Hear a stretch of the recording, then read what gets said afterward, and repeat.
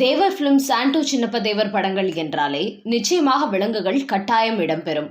அவர் படம் ஆரம்பிக்கும் போது துவக்கத்தில் ஒரு யானை ஓடி வந்து பிளிர்வது போலதான் தேவர் பிலிம்ஸ் லோகோவே காட்டப்படும். அந்த அளவிற்கு நடிகர்களைப் போலவே விலங்குகளையும் ரொம்பவே நம்பிதான் படம் எடுத்து வந்தார் தேவர்.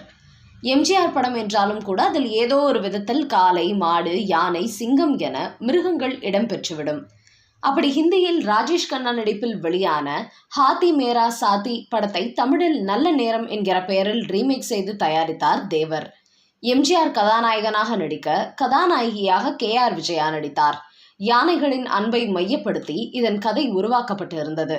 சிறிதும் பெரிதுமாக சில யானைகளை வளர்த்து அவற்றுடனே வாழ்வார் எம்ஜிஆர். அவற்றை வைத்து சர்க்கஸ் நிகழ்ச்சிகளை செய்து அவற்றை வளர்த்து வருவார். அவர் மீது காதல் கொண்ட பணக்கார வீட்டு பெண் KR விஜயா தந்தையின் எதிர்ப்பையும் மீறி அவரை திருமணம் செய்து கொள்வார். ஒரு கட்டத்தில் தந்தையின் பேச்சை கேட்டு இனிமேல் இந்த யானைகள் வேண்டாம் என்று எம்ஜிஆரிடம் கூறுவார்.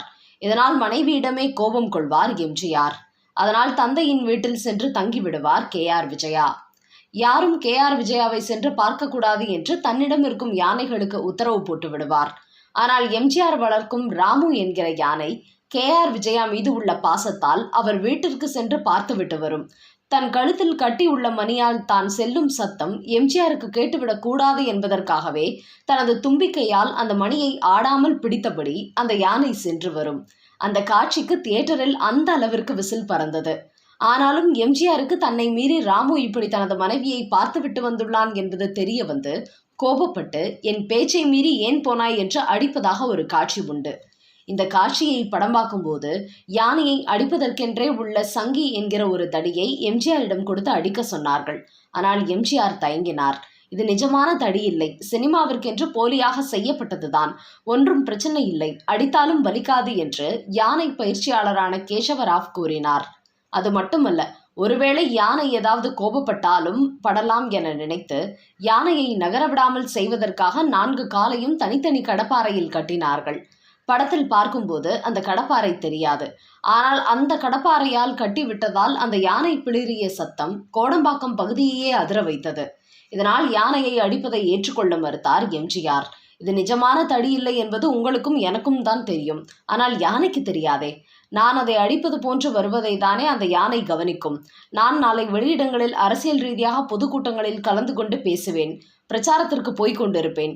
இந்த யானை சர்க்கஸ் யானை. அந்த மாதிரியான சமயத்தில் என்னை எங்கேயாவது பார்த்துட்டா இவன் தானே நம்மளை அடிச்சான்னு என்னை துரத்த ஆரம்பிச்சிடும், தாக்க வந்துவிடும் என்று கூறினார் எம்ஜிஆர். அதை அவர் நகைச்சுடன் தான் சொன்னாலும் கூட அதில் இருந்த நியாயத்தை உணர்ந்து பிறகு அந்த காட்சிக்கு எம்ஜிஆருக்கு பதிலாக வேறு ஒரு ஆளை டூப் போட்டு வைத்து எடுத்தார்கள்.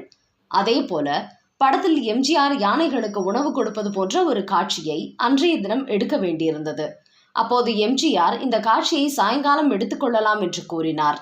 அது மட்டுமல்ல, காலை முதல் மாலை வரை அந்த யானைகளுக்கு உணவு போட வேண்டாம், பட்டினியாக விட்டுவிடுங்கள் என்றும் கூறிவிட்டார். அதற்கு தேவர் ஏன் என்று கேட்டபோது, பட்டினியில் இருக்கும்போது சாப்பாட்டை தான் யானை எதிர்பார்க்கும், நம்மை தாக்க நினைக்காது, அதனால் அந்த காட்சியை ஈஸியாக எடுக்க முடியும் என்று சொன்னார் எம்ஜிஆர். இப்படி அவர் சொன்னதை கேட்டு அந்த விலங்குகளுக்கு பயிற்சி அளிக்கும் பயிற்சியாளர் கேசவராவே ஆச்சரியப்பட்டு போய்விட்டார். அந்த அளவிற்கு விலங்குகளின் சைக்காலஜியும் தெரிந்து வைத்திருந்தார் எம்ஜிஆர். அது மட்டுமல்ல, நல்ல நேரம் படப்பிடிப்பின் போது விஜயவாகினி ஸ்டுடியோவில் கிட்டத்தட்ட 3 மாதம் அந்த திரைப்படத்தின் படப்பிடிப்பு நடைபெற்றது. அங்கே எம்ஜிஆருக்கும் KR விஜயாவுக்கும் தனித்தனி அறைகள் ஒதுக்கப்பட்டிருந்தன. எம்ஜிஆரும் KR விஜயாவும் தினசரி தங்கள் காரில் படப்பிடிப்பிற்காக வரும்போது எம்ஜிஆர் தனது கார் முழுக்க உருண்டை வெல்லமும் கரும்பும் ஏற்றி கொண்டு வருவார்.